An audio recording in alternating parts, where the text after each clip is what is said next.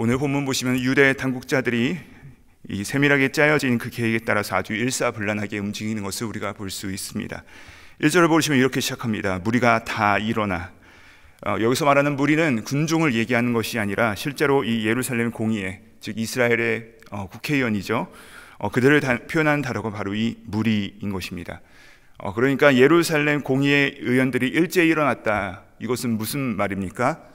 예수님으로부터 그들이 계획한 답을 들었기 때문에 이젠 다음 수순을 밟기 위해서 움직이고 있다는 것을 말하고 있는 것입니다.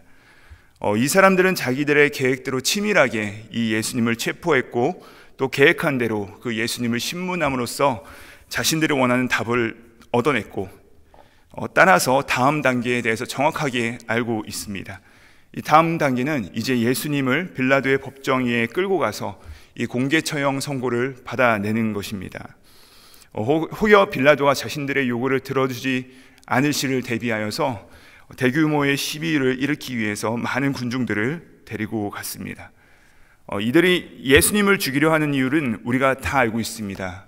예수님은 자신을 하나님의 아들이라고 말했을 뿐 아니라 거기에 상당히 많은 이스라엘 사람들이 동조하고 있었고 따르고 있었기 때문에 이 예수님을 제거해야 되겠다라고 생각을 한 것이지요. 그것을 위해서 이들이 씌우는 그 제목이 무엇입니까? 예수님이 어떤 제목으로 돌아가셨습니까? 그분은 신성모독죄이죠. 하지만 이 신성모독죄가 로마 당국에 그들의 법 집행을 할 수 있는 그 제목은 아닌 것입니다. 로마 입장에서 볼 때 이것은 식민지 백성들이 자신들의 종교적 이유를 가지고서 싸우는 모습이지 객관적인 제목이 될 수가 없는 것입니다. 그래서 예수님을 참소하는 제목은 이 신성모독죄이지만 그것으로는 사용을 유도할 수 없어서 이들은 다른 제목들을 창조해 내야만 했습니다. 그 제목들이 세 가지인데 우리 2절을 보시면 알 수 있습니다. 이렇게 쓰여 있습니다. 고발하여 이르되 우리가 이 사람을 보매 우리 백성을 미혹하고 가이사에게 세금 바치는 것을 금하여 자칭 왕 그리스도라 하더이다 하니. 자, 이 세 가지 제목이 무엇입니까? 이 사람을 보니까 밀란을 선동합니다 라고 얘기합니다. 두 번째는 세금 납부 거부 운동을 펼칩니다. 그 다음에 자기 자신을 왕으로 삼아 이 로마를 전복시키려는 내란 음모를 꾸민다라는 것이죠.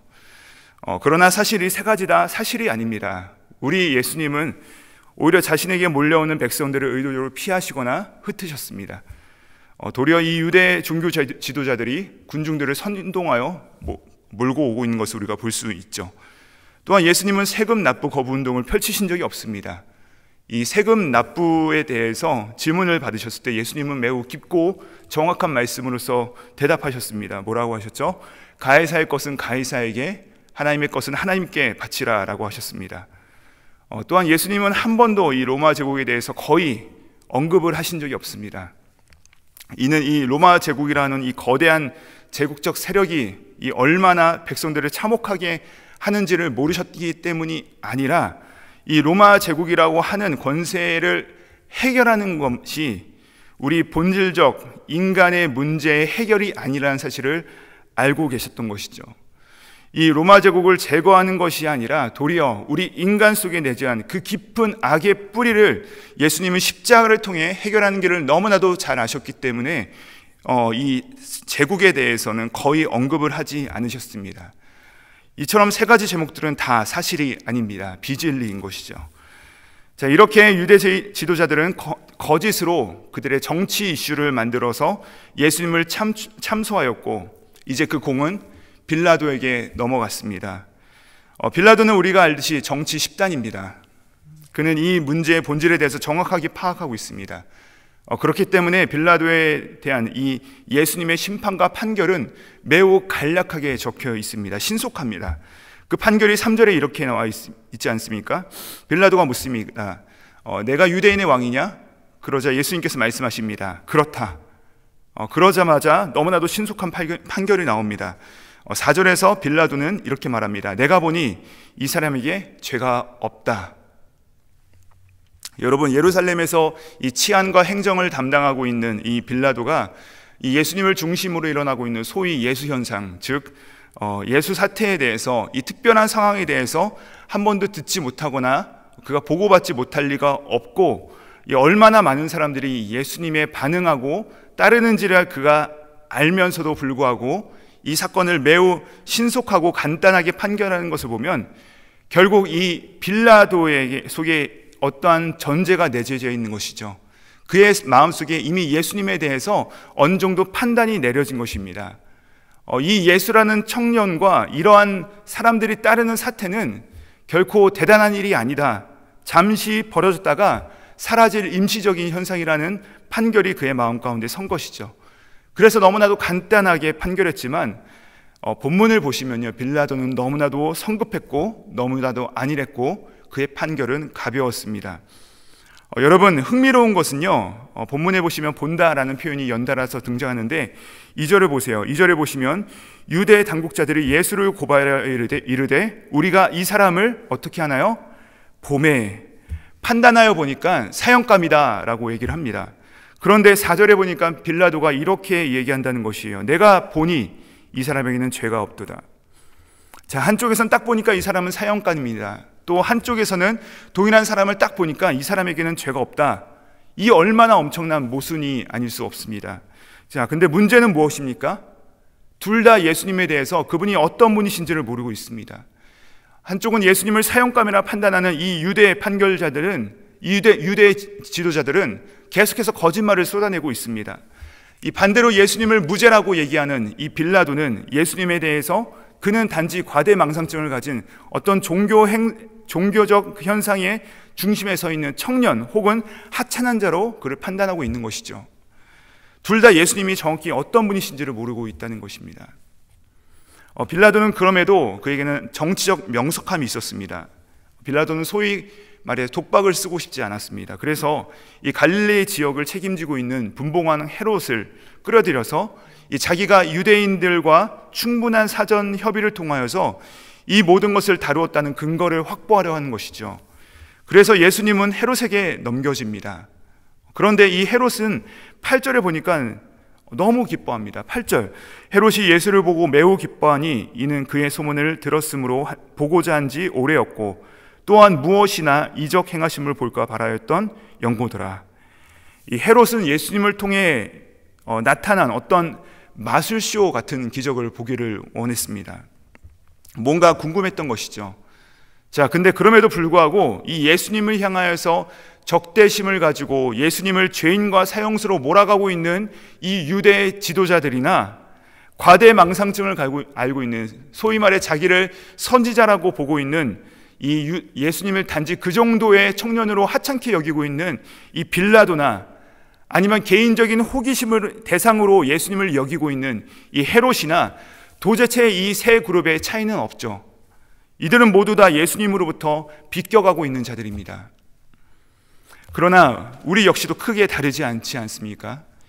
유대 종교 지도자들처럼 나의 가장 귀한 주님이라고 우리가 예수님을 말하면서 조금이라도 내 원함이나 내 소망과 조금이라도 어긋나면 극렬하게 내 원함을 예수님보다 앞세우거나 이 빌라도와 같이 예수님을 하찮거나 혹은 귀찮은 대상으로 여기거나 혹은 헤롯처럼 예수를 내 개인적인 호기심을 다루는 정도의 인물로 바라보는 우리의 모습, 나는 결코 아닙니다 라고 그 아무도 이 말씀 앞에 쉽게 장담할 수 없는 바로 우리의 군상들이 여기에 그대로 그려지고 있다는 사실입니다.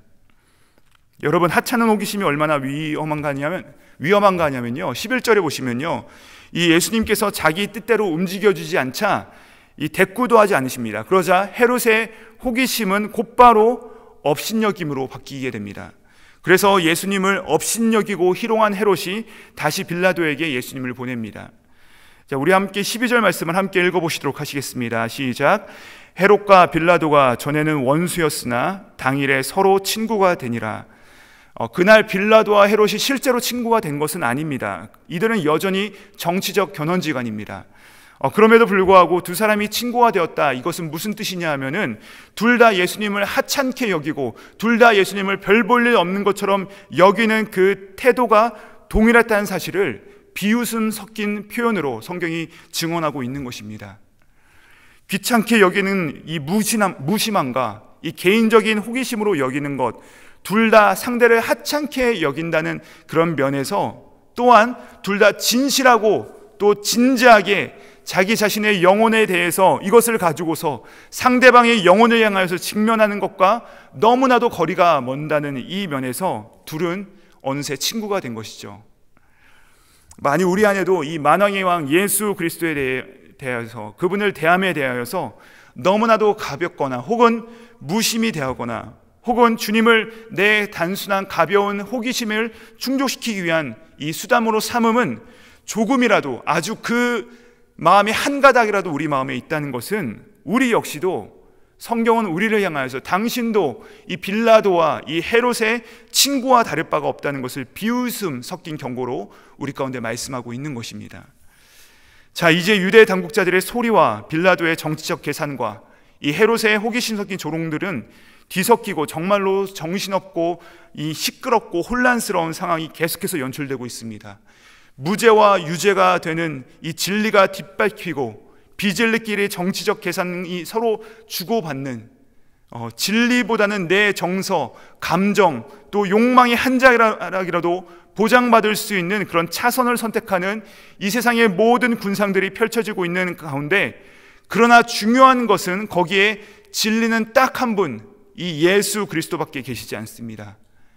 이 혼란한 세상 한가운데 죄 없는 예수는 그 자리에 홀로 앉아 계신 것입니다. 그리고 거짓과 속임수들 가운데서 예수께서는 이리 끌려다니고 저리 끌려다니시고 그 모욕을 당하시고 수치를 당하시고 그 속에서 가만히 그럼에도 침묵하고 계시는 예수님의 그 모습은 결코 수동적인 것이 아닙니다.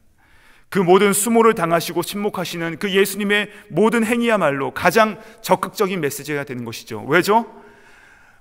우리가 이 현실에 시달리고 우리가 이 어마어마한 고통 가운데 내가 도무지 어찌할 바를 모를 때 뭘 판단하고 뭘 결정해야 되겠는데 도무지 거대한 벽 앞에 선 것 같은 상황에 내가 놓였을 때, 너무나도 힘들고 고통스러운 그 상황 가운데 있을 때, 여러분 너무나도 그 힘든 상황 속에 있을 때 우리를 만나주시는 그 주님은 어떤 분이십니까? 바로 그 예수님이시라는 사실입니다. 이리저리 끌려다니시고 모욕을 당하시고 희롱당하시고 심지어는 얻어맞으셨으나 조용히 침묵하신 예수님, 그 예수님을 우리가 묵상 중에 만나게 되고 그분께서 우리 가운데 조용히 말씀하신다는 것입니다. 내가 너의 그 모든 고난의 현장 속에 함께 있다라고 우리 가운데 찾아오신다는 것이죠. 그리고 우리에게 그 부활의 소망을 가르쳐 주십니다. 그러므로 이 예수님의 침묵하시는 모습이야말로 사실 우리에게 남겨주신 가장 강력하고도 선명한 메시지인 것입니다. 말씀을 마무리합니다. 우리가 입으로는 예수님, 예수님 이렇게 부릅니다.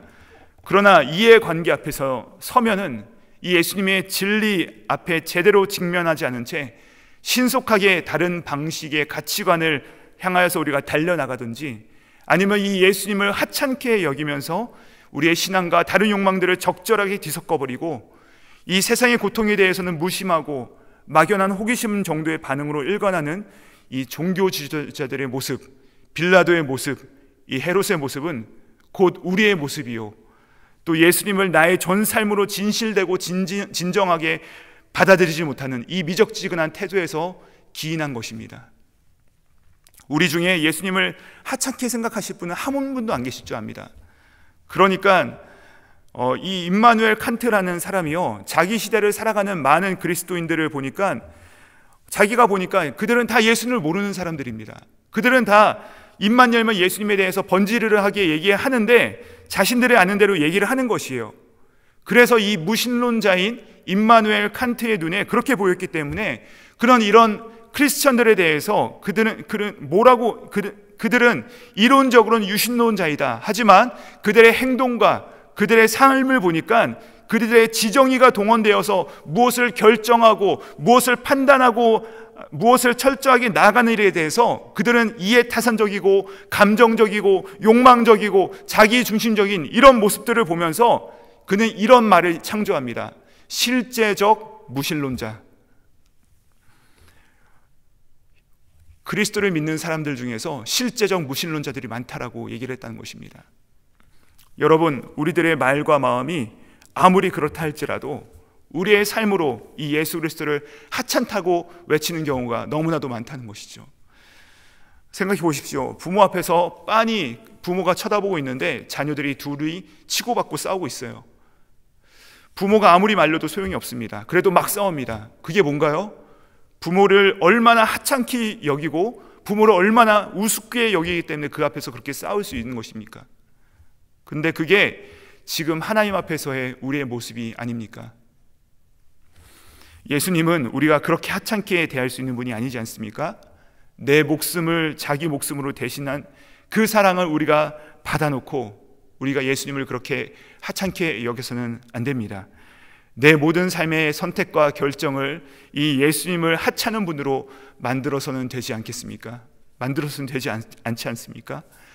여러분, 우리들이 이 예수님을 대하실 때 내 속에서 쏟아져 나오는 이 열정과 영혼 깊은 사랑을 가지고서 우리가 오늘 함께 그분에 대한 사랑과 그분의 주되심을 고백하면서 내 평생의 소원 대속해 주신 그 사랑을 간절히 알기 원하네 라고 노래하시며 우리가 그 사랑으로 나가셔야 됩니다. 왜냐하면 우리가 그 사랑을 받았기 때문에 그렇습니다.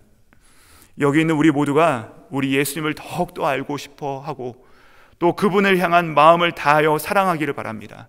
그리고 우리가 이 목숨 거신 그 거대한 바다 같은 사랑에 우리의 인생을 맡겨드려 그 참되신 왕께 붙들려 살아가는 저와 여러분 되시기를 주님의 이름으로 축복합니다.